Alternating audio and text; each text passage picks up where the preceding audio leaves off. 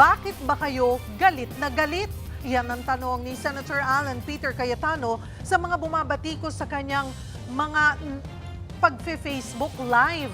Gate pa niya, salitan ang ilan sa mga senador sa anyay pang-iinis sa kanya. Sinabi niya yan matapos umabsent sa special session at mag-anunsyo si Senate President Win Gatchalian na tapos na ang drama sa Senado. Sa frontline ng balitang yan, si May Ann Los Baños. Tapos na ang Senate Flix. Back to work na tayo.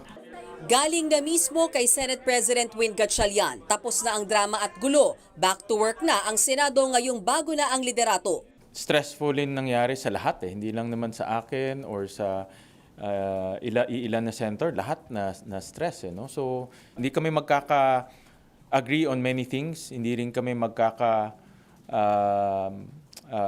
we will not have the same position on many things. Pero ang position namin is certain na lahat kami gusto namin magtrabaho na. Biglang ang napainom ng tubig si SP dahil kagagaling lang daw niya sa gym. Sorry, galing ako gym eh. Yeah, nauhaw ako. Hindi ako nakainom. Para mawala yung stress. Pero kahit back to work, hindi raw siya binati nang pinalitan niyang si dating Senate President Alan Peter Cayetano. Pero ayaw na raw niyang bigyan ng kulay yan.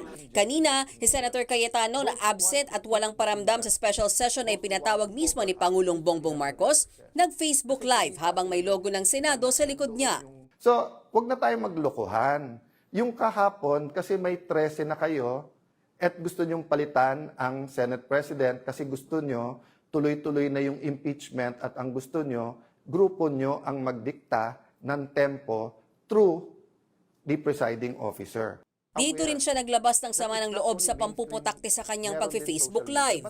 Ba't kayo galit na galit pag nagpe-Facebook ako? Eh, ang hilig nyo rin mag-Facebook. Buwelta pa nga niya ang ilan din namang mga senador nagfi-Facebook din.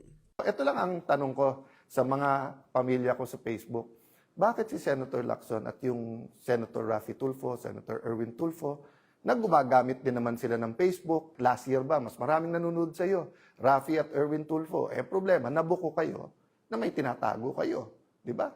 Pero hindi dyan natapos si Cayetano. Pinalagan din niya ang pahayag ni Senator Ping Lacson na nasa 700 million pesos di umano ang nasayang sa liderato ni Cayetano sa nagdaang 28 araw. Dahil daw yan sa mga nangyaring gulo, pagtakas si Senator Bato de la Rosa habang nasa ilalim ng Senate Protective Custody, mga sesyon na hindi natuloy dahil sa pamboboykot ng ilang senador at pagsasagawa ng unauthorized committee hearings. Inayuna naman yan ni Senate President Gatchalian. Well, kinumpute namin ang budget ng Senado per day is about 24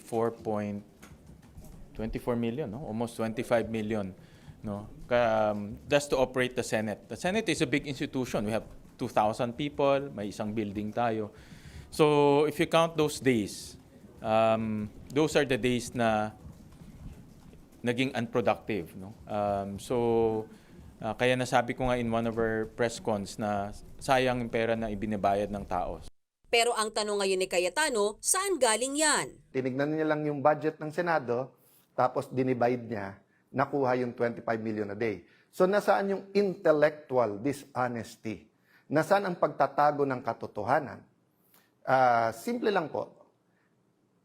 Kahit sino po ang Senate President, 25 million a day ang gastos ng Senado, kung ganun kasimple ang computation mo. Git pa ni Cayetano, nag-iikutan lang naman daw ang ilang mga taga-mayorya para inisin siya. Nagte-take turns lang naman po si Raffy Tulfo, si Erwin Tulfo, si Senator Ping Lacson, tapos yung iba sa grupo nila, yung tag team lang yun, para kayo naman mang-inis kay Alan, kayo naman magkalat ng hindi totoo, kayo naman magkalat ng ganito. Palabasin natin ang gulo-gulo, di ba? Again, ano yung intent? Para hindi malaman ang buong katotohanan.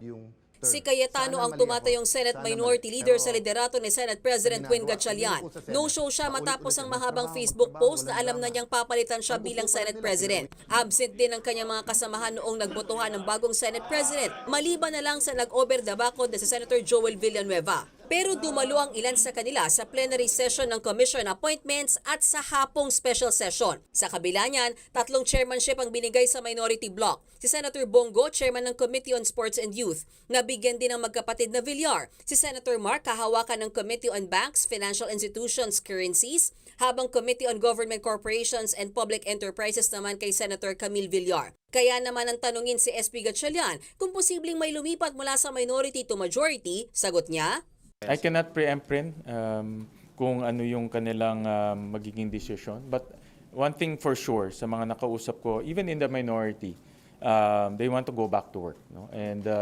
si Senator Camille Villar, isa siya sa mga gusto nang to buckle down to work. Ang aming layunin ay magtrabaho to put the Senate back on track in terms of working on important bills. Sa majority bloc naman hahawakan ni Senator Kiko Pangilinan ang Committee on Constitutional Amendments and Revision of Codes, Agriculture, Food and Agrarian Reform, Justice and Human Rights. Siya rin ang automatic na miyembro ng Judicial and Bar Council. Si Senate President Pro Tempore Tito Sotto naman ang maunguna sa Komite ng National Defense and Security, Peace, Unification and Reconciliation at Ethics and Privileges. Health and Demography, Women, Children, Family Relations, and Gender Equality naman ang hawak ni Senator Risa Hontiveros. Si Senator Bam Aquino naman ang Trade, Basic Education, and Science and Technology. Committees on Finance and Local Government naman ang pangungunahan ni Senator G.V. Ejercito. Si Senator Ping Lacson naman ang hawak sa Ways and Means Committee, habang si Senator Raffy Tulfo ang chairman ng Committee on Public Services and Migrant Workers. Games and Amusements Committee naman kay Senator Lito Lapid, habang ang lumipat na si Senator Villanueva ang hawak sa Higher Education at Labor Committees.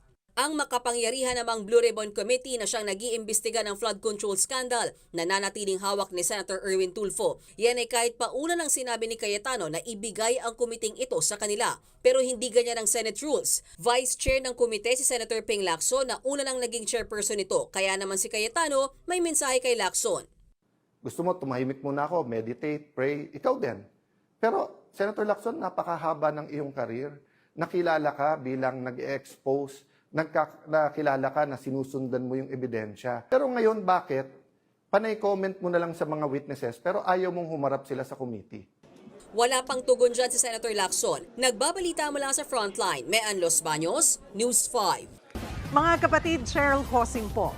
Maging maalam at may pakialam sa mga napapanahong issue at headlines. Mag-follow at mag-subscribe na sa social media pages ng News 5.